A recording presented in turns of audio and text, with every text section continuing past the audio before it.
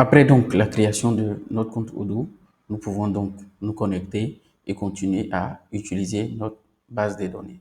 Au mieux, dans cette vidéo, nous allons donc créer une nouvelle base de données, ce qui fera donc l'objet de notre toute première base de données.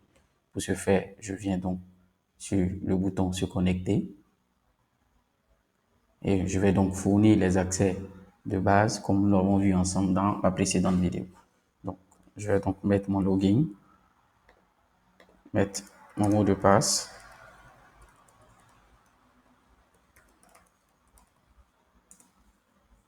Et je fais se connecter.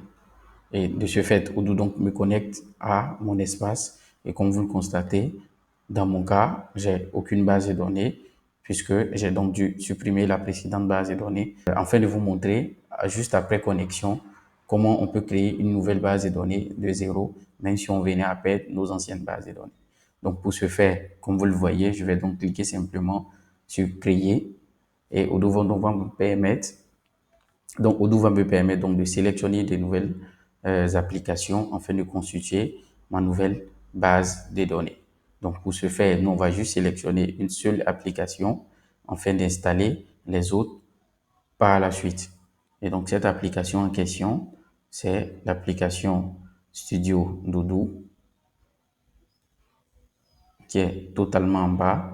Je vais simplement cliquer sur Studio et je fais continuer. Pourquoi? Afin de vous montrer que nous avons donc la capacité d'installer des applications de manière spécifique sur du long terme. Juste après, nous allons donc voir comment installer Odoo et continuer à utiliser Odoo hors connexion. Donc ici, je vais juste fournir les informations donc remplies. Donc ici, le nom de ma base de données sera tal-formation. D'accord. Et donc ici, je remplis les informations et je fais démarrer maintenant. Et là, Odoo est en train de me générer une nouvelle base de données en me basant sur la sélection des applications. Et bien sûr, je me souhaite la bienvenue sur la plateforme dont vous avez besoin pour transformer votre business. Et donc là, mon application est presque installée et avec ça, je reçois donc une notification. Comme nous l'avons vu et vous commencez à comprendre, le principe il est simple. On crée la base de données, on l'active par la suite et on est bon pour tester pendant une période. Donc là, si je vérifie, je me rends compte qu'effectivement, j'ai reçu un mail et je peux cliquer pour activer ma base de données, ce qui me donne donc droit à 14 jours d'utilisation.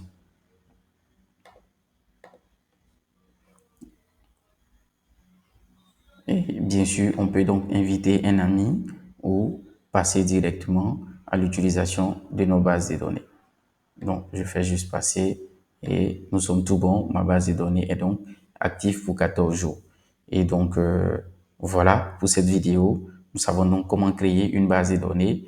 Et donc, par la suite, on va donc découvrir ensemble la deuxième forme d'utilisation d'Odoo. Depuis lors, nous avons donc commencé l'utilisation d'Odoo à travers la création de bases de données. Et imaginez-vous que vous souhaitez tester une fonctionnalité spécifique d'Odoo sans pour autant vouloir faire ce processus de création de bases de données. Et donc, justement, j'ai une astuce pour vous dans la prochaine vidéo où je vous montre comment tester Odoo et surtout les récentes versions d'Odoo. Ici, nous utilisons la version 16.3 d'Odoo. Comment je fais pour savoir? Je me rends simplement dans les paramètres et tout à fait en bas, je vois ici donc qu'on a la version 16.4 d'Odoo. Imaginez-vous qu'on veut tester des versions plus récentes que la 16.4. Comment on fait? Comment on s'y prend? Je vous montre tout ça juste après.